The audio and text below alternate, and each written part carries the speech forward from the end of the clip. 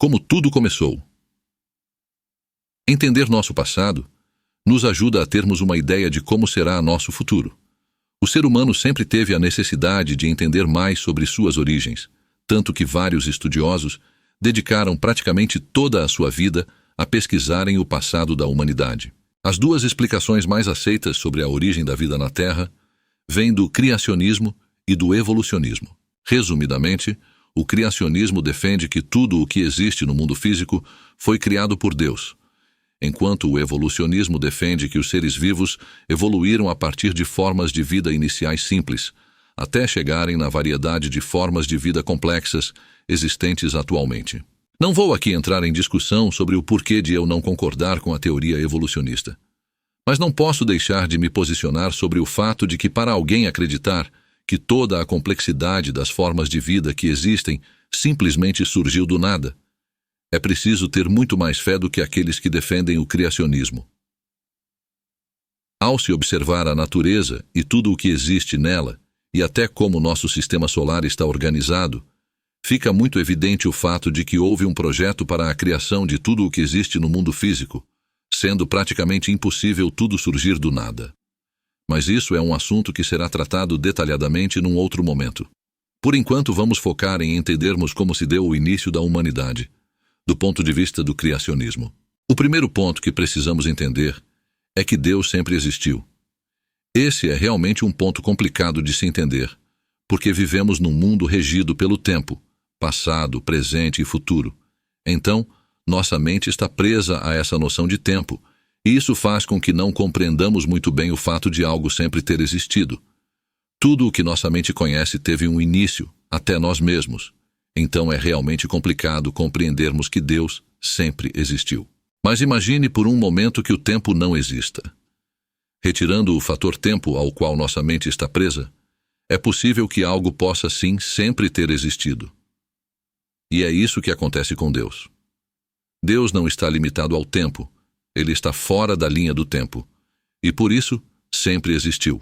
Mas o fato de não entendermos bem a questão da existência eterna de Deus não impede que acreditemos em sua existência. Isso porque, ao estudarmos a Bíblia, Deus nos dá muitas informações que provam a sua existência. Esse assunto também será tratado de forma detalhada posteriormente, mas, a título de exemplo, existem várias profecias contidas na Bíblia que aconteceram exatamente como foram descritas, com uma riqueza de detalhes impressionante. Um exemplo é a conquista da Babilônia por Ciro, o Grande. Cerca de 200 anos antes da conquista da Babilônia, já estava previsto na Bíblia por quem e como Babilônia seria conquistada. Em Isaías, capítulo 44, versículo 28, e capítulo 45, versículo 1, é citado expressamente que um homem chamado Ciro conquistaria a Babilônia e libertaria o povo judeu. Em Isaías, capítulo 44, versículo 27, foi previsto que o rio Eufrates secaria e abriria caminho para o exército de Ciro. Em Isaías capítulo 45, versículo 1, também é dito que os portões da cidade estariam abertos. Historicamente, podemos observar que o exército de Ciro desviou as águas do rio Eufrates, que serviam de proteção para a Babilônia, e entrou na cidade pelos portões, que estavam abertos no momento da invasão. Veja que tudo aconteceu exatamente como descrito nas profecias escritas muito antes do próprio Ciro ter nascido. Veja também que, apesar de não ser um livro histórico, a Bíblia também cita fatos históricos que podem ser comprovados de forma concreta. Quanto mais você estudar a Bíblia, mais você terá a certeza da existência de Deus e também do seu amor pela humanidade. Indo direto ao ponto que nos interessa, que é a criação do ser humano, nós fomos a última criação de Deus. Antes de criar o ser humano, Deus criou tudo o que era necessário para uma vida perfeita aqui na Terra. Adão e Eva viviam literalmente num paraíso, em contato direto com a natureza, com os animais, e rodeados por todo tipo de alimento. Não havia fome, nenhum animal os atacava, e não existia nenhum tipo de doença. Os primeiros humanos tinham a saúde perfeita, tanto física quanto mental, e nem sequer sabiam o que era a morte. Você já imaginou como seria viver num ambiente desse, sem nenhum tipo de medo, podendo alcançar seu máximo potencial em todas as áreas do seu ser, podendo conviver em perfeita harmonia com todos os seus entes queridos, sem ter nenhuma ansiedade em relação ao passar do tempo? É um cenário maravilhoso. Caso tivessem obedecido a Deus, o destino de Adão e Eva seria viver para sempre nesse paraíso, juntos com seus descendentes. Mas, como todos já sabemos, não foi isso que aconteceu. Então, vamos entender por que o mundo se encontra da forma que está atualmente. Satanás aparece no Éden e muda tudo. Satanás é um dos anjos mais inteligentes que já existiu. Certo dia, Satanás, astuto como é, desceu para a terra e conseguiu convencer Eva a comer do único fruto que Deus havia proibido que ela e Adão comessem. Muito se discute se esse fruto proibido seria literal ou não. Mas o mais importante sobre tudo o que aconteceu é que o primeiro casal de humanos resolveu duvidar de Deus, acreditando que eles mesmos poderiam escolher o que era melhor para eles. Quando resolveram desobedecer a Deus, consequentemente Adão e Eva disseram indiretamente para Deus que poderiam guiar seus passos sozinhos, sem a orientação de Deus. E já sabemos as desastrosas consequências disso. Satanás disse para Eva que não aconteceria nada de ruim, que ela não morreria se comesse o fruto, assim como Deus havia alertado. Observe que antes desse fato, não existia mentira na terra. Satanás foi o primeiro a mentir para convencer Eva a comer do fruto proibido. Por isso, é dito que Satanás é o pai da mentira, pois foi através dele que a mentira entrou no mundo. Tendo Eva comido do fruto proibido, e vendo que ela realmente não morreu imediatamente, Adão então foi convencido por Eva a também comer do fruto proibido. E foi assim que o destino do ser humano foi traçado. Nossos primeiros descendentes desobedeceram a uma ordem expressa de Deus e sofreram as consequências, sendo que as consequências mais graves foram as doenças e a morte. E essas consequências foram passadas para seus descendentes, assim como uma doença genética é passada de pai para filho.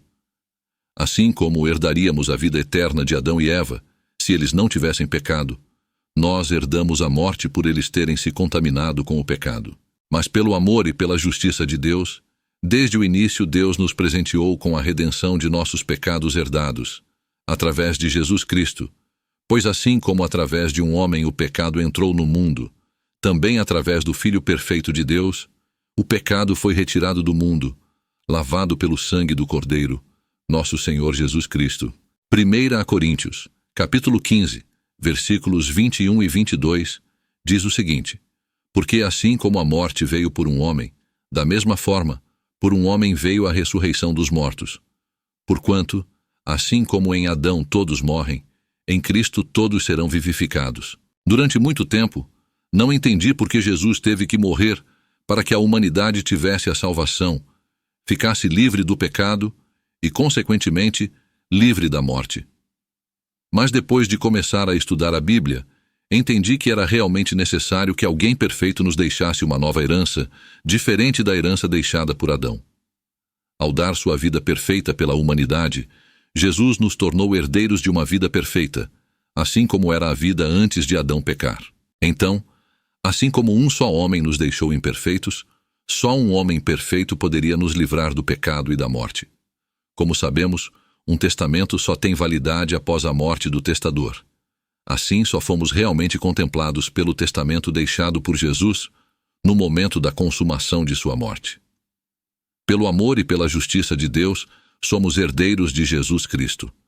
Herdamos de Cristo a vida eterna, uma vida perfeita, assim como sempre foi a intenção de Deus para a humanidade. Deus criou uma regra, na qual o pecado só é pago ou limpo, com a morte, tanto que o preço pago por Adão e Eva foi a morte. Não questione essa regra, pois mais à frente você vai entender o quanto Deus é justo. No Antigo Testamento, Deus permitiu que seu povo sacrificasse animais para se purificarem dos seus pecados, para que assim tivessem um contato mais próximo com Deus, visto que isso era necessário naquele momento histórico, no qual a Bíblia estava sendo escrita. Então, visto que o pecado nos afasta de Deus, Deus permitiu temporariamente que seu povo sacrificasse animais a fim de serem purificados de seus pecados, e assim terem um contato mais direto com Ele. Isso foi necessário, mas veja que as regras de Deus são tão corretas e justas, que o próprio Deus se sujeita a elas.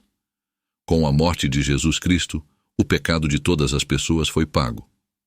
Após a morte de Cristo, não é necessário mais nenhum sacrifício, porque Cristo já foi sacrificado como cordeiro por toda a humanidade. Deus não precisava se sujeitar às suas próprias regras, porque não existe ninguém acima dele. Porém, tudo o que vem de Deus é perfeito. Deus é justo e sábio, e enviou seu Filho para morrer por nossos pecados e, com isso, nos dar vida eterna. Jesus não foi obrigado a morrer pela humanidade. Ele tinha a opção de escolher não morrer. Na passagem de Mateus, capítulo 4, versículos 1 a 11, Satanás tenta Jesus, com a intenção de tirar Jesus de seu objetivo. Então veja que Satanás, inteligente como é, não perderia seu tempo ao tentar Jesus, se soubesse que não existia possibilidade de escolha por parte dele. Claramente, essa passagem bíblica nos mostra que Jesus tinha sim o livre-arbítrio de escolher seguir a Deus e concretizar o plano de salvação da humanidade, ou seguir a Satanás, mas por obediência ao Pai do céu e por amor à humanidade, ele escolheu morrer, já sabendo antes, por toda dor e sofrimento que passaria. Isso é amor. Jesus Cristo demonstrou seu amor por nós com o sacrifício de sua própria vida. Como Jesus mesmo disse em João capítulo 15, versículo 13, ninguém tem amor maior do que aquele que dá sua vida por um amigo. Sejamos amigos de Jesus Cristo, assim como ele nos considera como amigos. Sejamos sempre gratos a Deus e a nosso Senhor Jesus Cristo, pela compaixão e amor que demonstraram a nós desde o início da humanidade. Deus seja louvado.